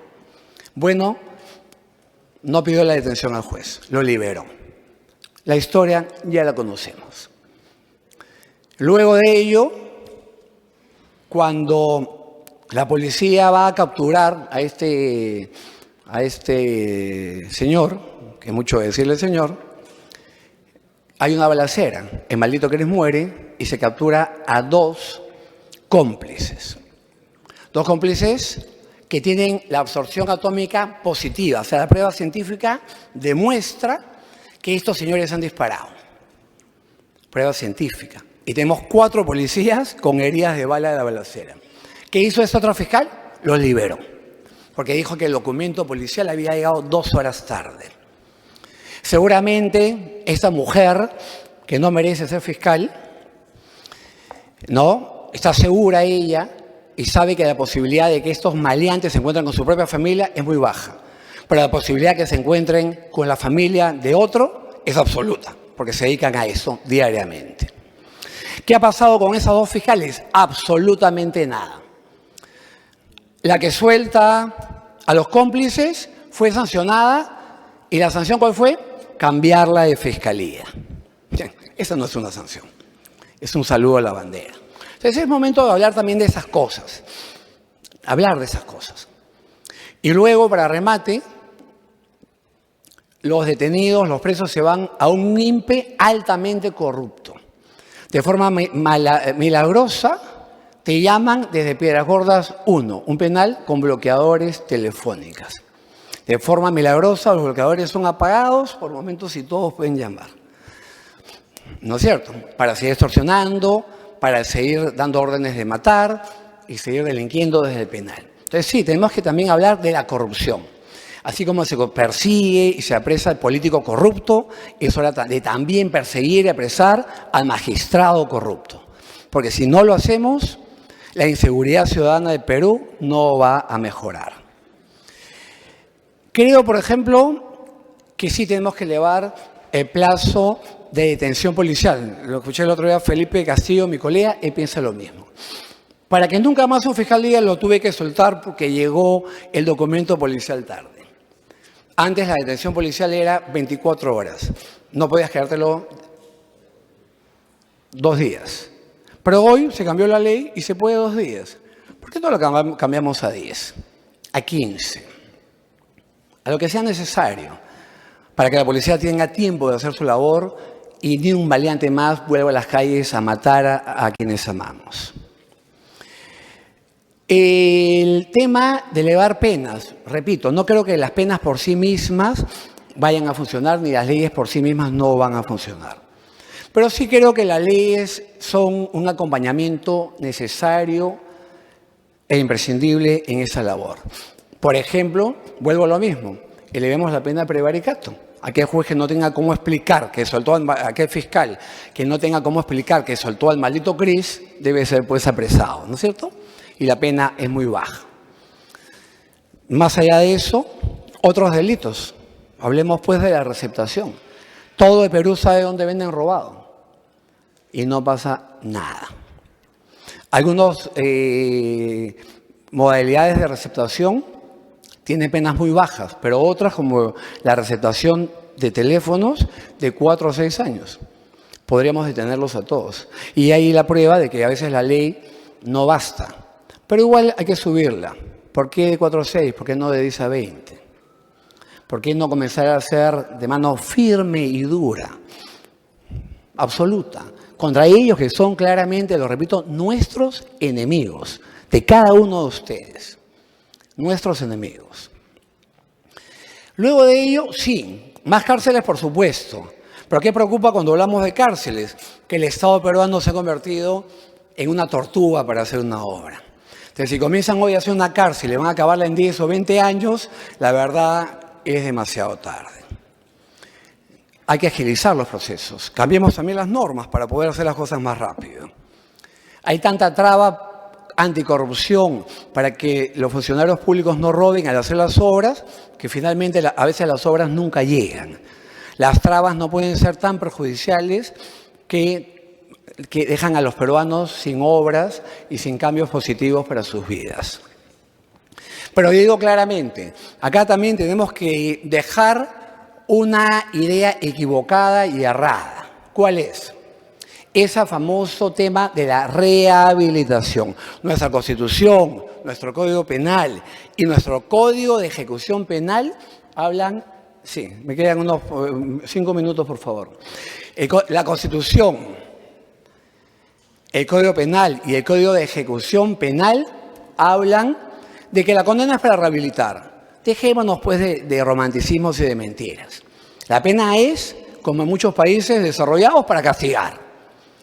Y para sacar a este elemento negativo y peligroso de la sociedad y tirarlo a un lugar alejado donde deja de ser un riesgo para nosotros. Y si podemos cerrar la puerta y tirar la llave, mejor aún, con una pena altísima. Así tiene que ser. Y mi propuesta no son más cárceles, sino cárceles en las zonas altas de Perú. Más chayapalcas. La visita se hace casi imposible por el tiempo que te demora en llegar. Las comunicaciones son dificultosas porque no hay, en muchos sitios del país no hay línea telefónica, no hay cómo hablar. Y evidentemente las condiciones de frío, de falta de oxígeno, en fin, obviamente quebrantan la moral de que quien tenga que ir ahí. Vuelvo a hablar, son gente peligrosa y que nos está matando. Tratemos a ellos como lo merecen y como lo vienen exigiendo además con sus propios actos. Creo claramente, sí, también en el régimen de excepción. Cada vez que hablo de ese tema, la prensa me dice, ¿pero usted no cree que se pueden violar derechos fundamentales en régimen de excepción? Y yo le respondo a los periodistas, bueno, los derechos fundamentales en el Perú ya se están violando todos los días y cada minuto por los delincuentes en contra de nosotros. El derecho a la vida, a la propiedad, a la paz, a la tranquilidad, desaparecieron. Entonces, por el temor de algún abuso de autoridad, vamos a permitir que nos sigan violentando. El régimen de excepción nos permite sacar a las Fuerzas Armadas a la calle. Sabemos del efecto disuasivo que eso significa. Y el régimen de excepción nos permite capturar, por ejemplo, sin mandato judicial. Nos permite romper la puerta de los maleantes y sacarlos de los pelos y detenerlos sin mandato judicial. Nos permite hacer muchas cosas. Sí creo en el régimen de excepción. Mano firme, es el momento. Y evidentemente, si debo decir algo más, 2 cosas más para acabar. Estrategia. Hace poco veía a la gente diciendo, ¿para qué régimen de excepción? Hubo en el Callao, no pasó nada. Por supuesto, pues. Si hacemos un régimen de excepción y lo publicamos, pero no hacemos nada en el camino, no sirve de absolutamente nada. El régimen de excepción y todo eso de lo que he hablado tiene que ser acompañado de una estrategia, con firmeza. Pero también ya para acabar, quiero hablarles, por favor, del compromiso ciudadano. Nos quejamos que nos roban, pero somos una sociedad que compra robado. No queremos que es un delito, lo es. Y no queremos que es vergonzante, no, es una criollada. Somos vivos, compramos más barato, pues robado. No, no somos vivos. Porque nos roban, porque compramos robado. Entonces nos sale mucho más caro. Y además nunca olvidemos que cuando compramos robado, no sabemos si ese teléfono pertenece a alguien que fue asesinado para quitarle el teléfono. Dejemos de retroalimentar a la delincuencia con nuestro propio comportamiento, siendo las víctimas, pero al mismo tiempo, casi en muchas ocasiones, sin querer y sin darnos cuenta, los mandaderos de los maleantes. Si hay 4.000 teléfonos robados al día, debe haber una demanda parecida pues, en el mercado ilegal de teléfonos robados, ¿no es cierto? Entonces, dejemos de comprar robado. Ese tiene que ser el compromiso ciudadano. Mientras nuestra policía y Fuerzas Armadas nuevamente emprendan esa tarea y arreglen su vida por nosotros, pongamos nuestra cuota. Cambiemos algunos comportamientos como el que acabo de decir. Muchas gracias.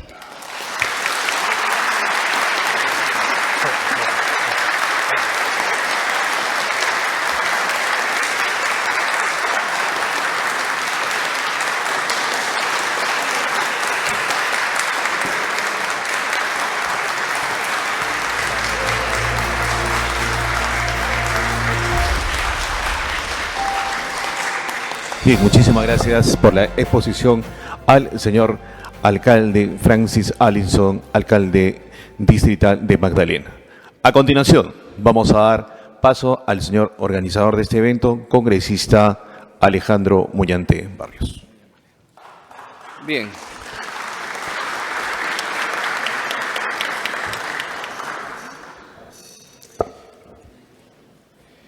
El señor Nayib Bukele hace...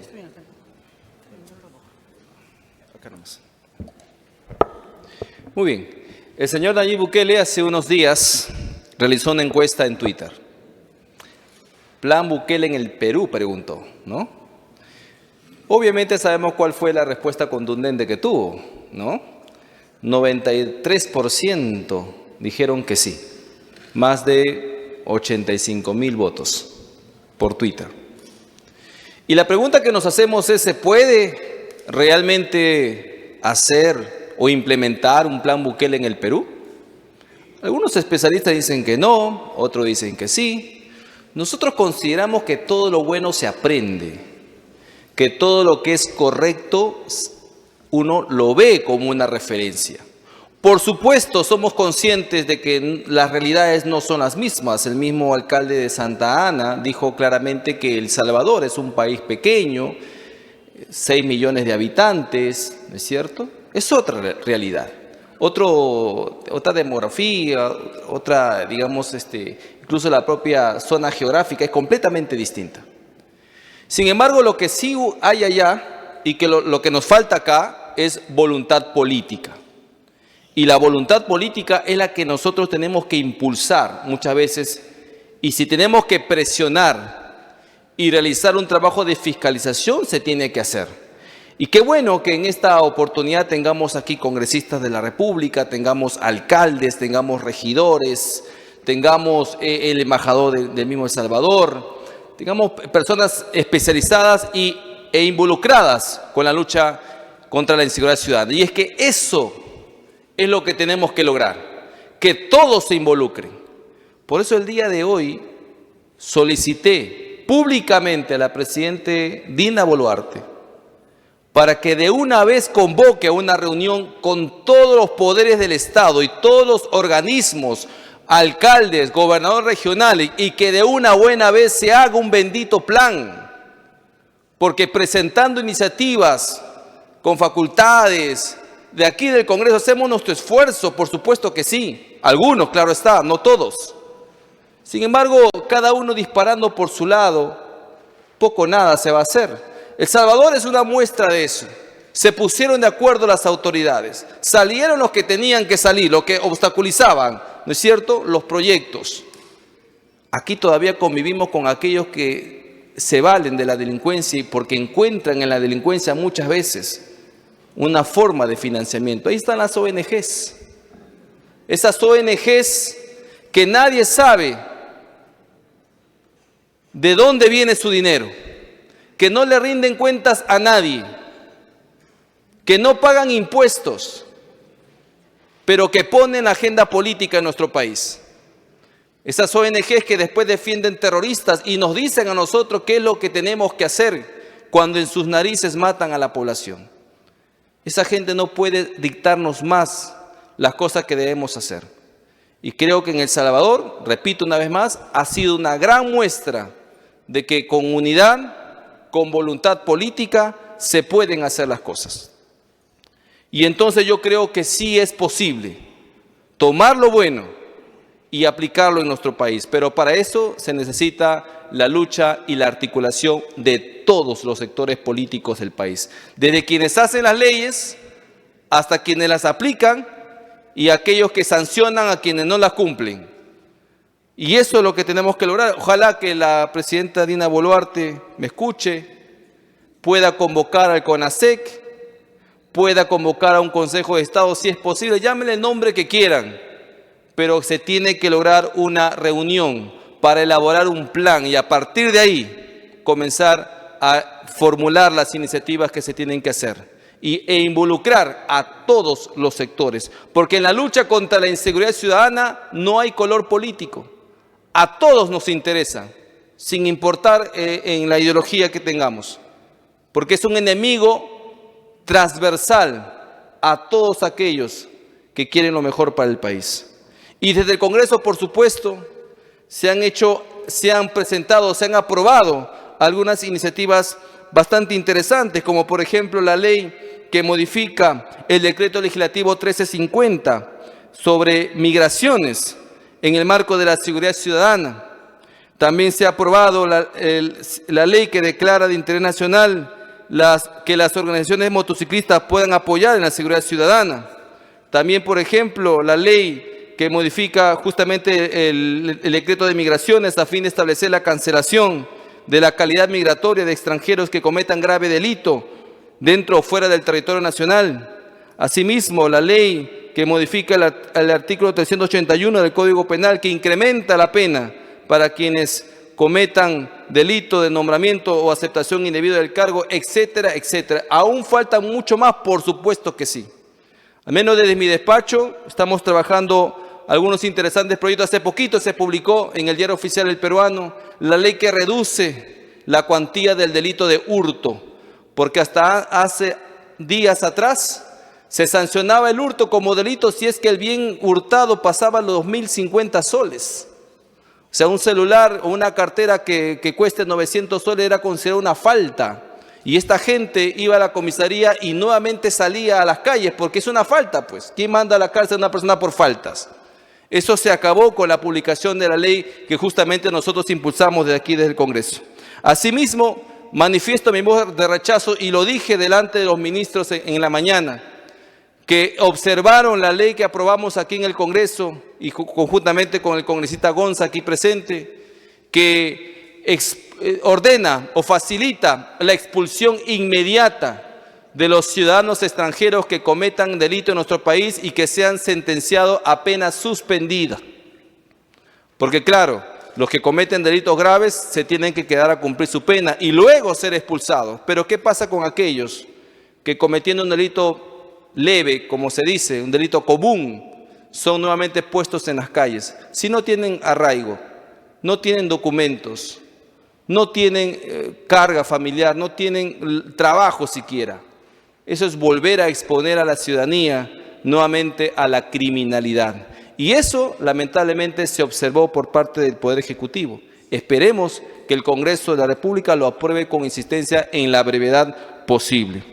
De la misma manera también estamos luchando para poder aprobar este proyecto que declara o elimina la inimputabilidad a menores de 16 y 17 años que cometan delitos graves. Si tiene edad para matar, tiene edad para afrontar un juicio penal como cualquier adulto. Esos delitos graves como sicariato, homicidio calificado, violación sexual, ¿no es cierto? Esos delitos tienen que ser sancionados como cualquier adulto. Eso también lo tenemos que aprobar aquí en el Congreso. E insto desde aquí a los colegas congresistas a que aprueben esa norma y al Ejecutivo a de una vez saltar ese cerco que nos ponen las ONGs y que impiden que podamos sancionar debidamente a los delincuentes. También junto con el congresista Gonza aquí presente, estamos apoyando esa iniciativa que ha presentado para poder lograr que se establezca un régimen especial de trabajo en las cárceles. El trabajo dignifica, señores. Y muchas veces estos delincuentes que han ido a las cárceles porque no les ha gustado trabajar y porque se han querido ganar la plata fácil, robando, matando. Y no es posible que lleguen a la cárcel a seguir siendo mantenidos por el Estado. Tienen que trabajar mínimo por su comida, para que paguen su reparación civil y también puedan darle a sus hijos que están en las calles muchas veces indefensos. Eso también lo tenemos que lograr. Tenemos que cambiar ese régimen penitenciario que, como bien ha dicho el alcalde Allison, no sirve para resocializar. Más bien salen mucho más adiestrados de las cárceles. Eso tenemos que cambiarlo definitivamente. Y yo sé que eventos como este nos ayudan a despertar sobre la realidad en la que vivimos. Y gracias a los expositores que han venido de El Salvador y al esfuerzo de José Manuel Saavedra por traerlos, hacer posible este evento. Y desde aquí vamos a estar con las puertas abiertas para poder seguir batallando y luchando contra la inseguridad ciudadana. Muchísimas gracias a cada uno por su presencia.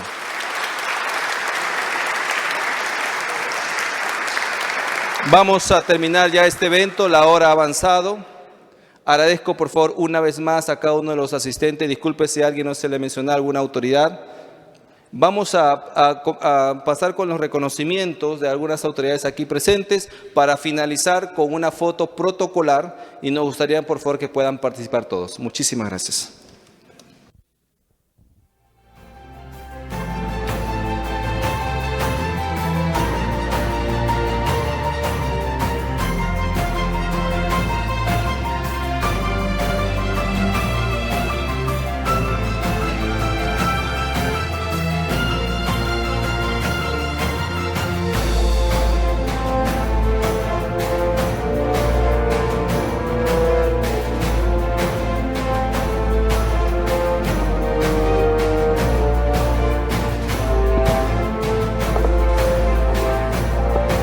Primeramente vamos a llamar para el reconocimiento al señor Gustavo Acevedo Bergonza, alcalde de Santa Ana de la República de El Salvador. Fuertes aplausos. Muy bien, señor Gustavo Acevedo Berganza, alcalde de Santa Ana de la República de El Salvador, por su exitosa gestión en materia de seguridad ciudadana y por su destacada participación como expositor en la Conferencia Internacional Estrategias para la Reducción de la Criminalidad, llevado a cabo en el hemiciclo Raúl Porra Barrenechea del Congreso de la República del Perú, Lima, 29 de agosto del 2023.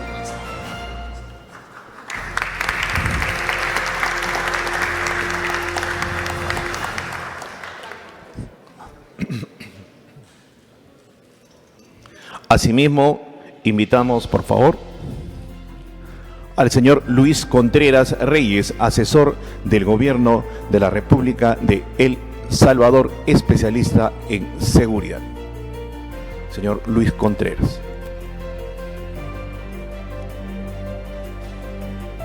Bien. Señor Luis Contreras Reyes, asesor de Gobierno de la República de El Salvador, por su exitosa gestión en materia de seguridad ciudadana y por su destacada participación como expositor en la Conferencia Internacional Estrategias para la Reducción de la Criminalidad, Lima, 29 de agosto del 2023.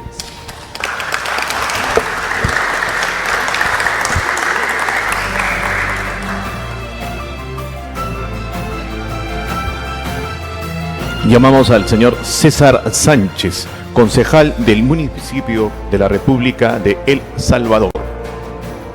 Señor César Sánchez Campos,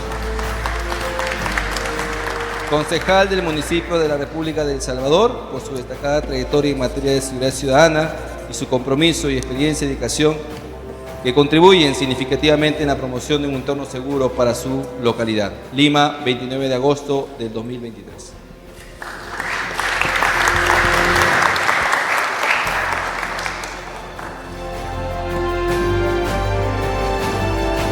Llamamos al señor José Manuel Saavedra Molina, presidente de la Misión Internacional de Ciudades Seguras.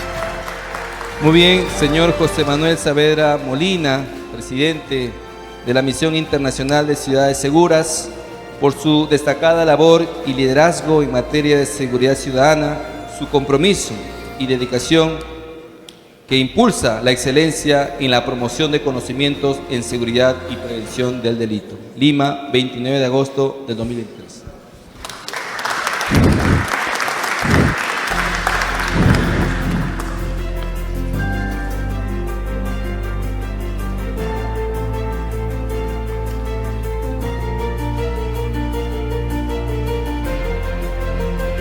Sí, señor José Manuel Saavedra, Misión Internacional. Este reconocimiento va para la organización Misión Internacional de Ciudades Seguras MIC por su destacada especialización y el fortalecimiento de la conciencia y el conocimiento en la promoción del bienestar social y la prevención del delito. Lima, 29 de agosto del 2023.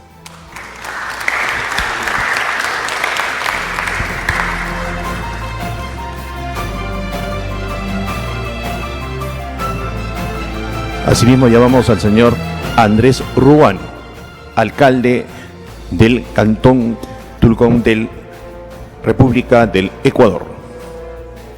Señor Andrés Ruano Paredes, alcalde del Cantón Tulcán de la República de Ecuador, por su destacada trayectoria en materia de seguridad ciudadana en la República del Ecuador, su compromiso, experiencia y dedicación en la contribución significativa a la promoción de un entorno seguro para su localidad. Lima, 29 de agosto de 2023.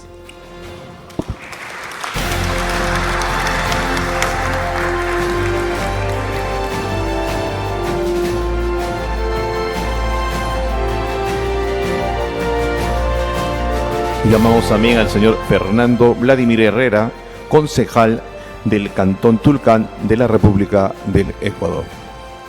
Señor Fernando Vladimir Herrera, concejal del Cantón Tulcán de la República del Ecuador, reciba también este reconocimiento por su destacada trayectoria en materia de seguridad ciudadana. Lima, 29 de agosto del 2023.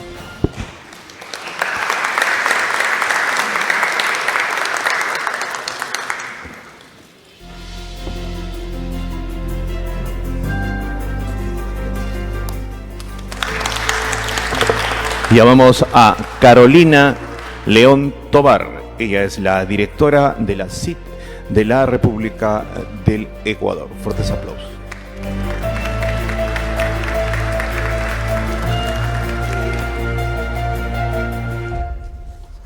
Carolina León Tobar, directora de la CIT de República del Ecuador, por su destacada labor y liderazgo en materia de seguridad ciudadana. Lima, 29 de agosto del 2023.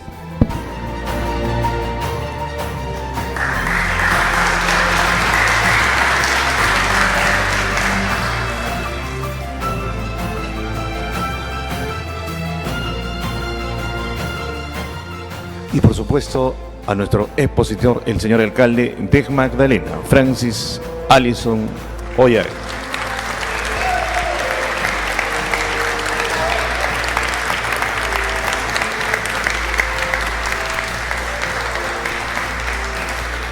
Señor Francis James Allison Oyaga, alcalde de la Municipalidad de Magdalena del Mar, por su destacada participación como expositor en la Conferencia Internacional Estrategias para la Reducción de la Criminalidad llevado a cabo en el hemiciclo Raúl Porras Barnechea del Congreso de la República de Perú. Lima, 29 de agosto del 2023.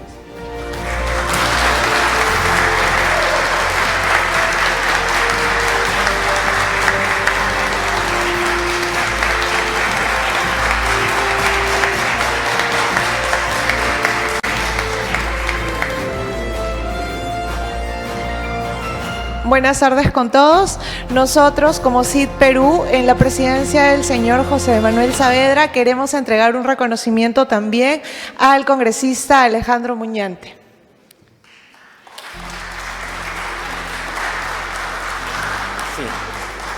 Sí, la Misión Internacional de Ciudades Seguras ha decidido el Consejo Directivo otorgarle un reconocimiento por su destacada labor parlamentaria en favor de la seguridad ciudadana. Congresista Alejandro Muñante, le hacemos entrega de este reconocimiento.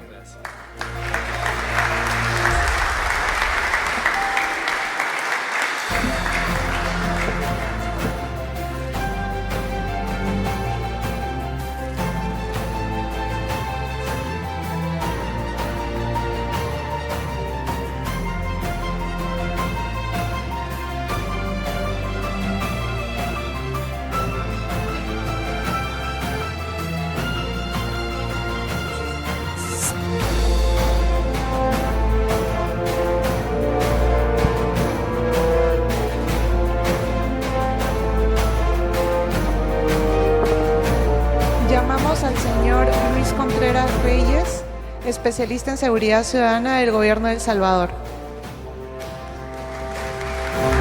Igual, el Consejo Directivo de la Misión Internacional de Ciudades Seguras, por destacada participación, a Luis Contreras, experto en seguridad ciudadana.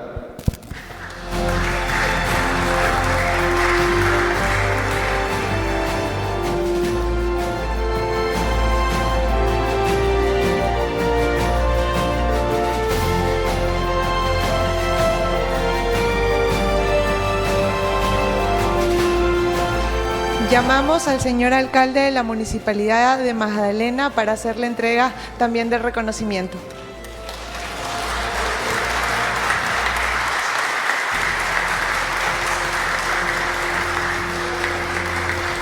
Reconocimiento a la destacada labor a Francis Allison Ollague por su destacada labor en la gestión de la seguridad ciudadana en Magdalena del Mar.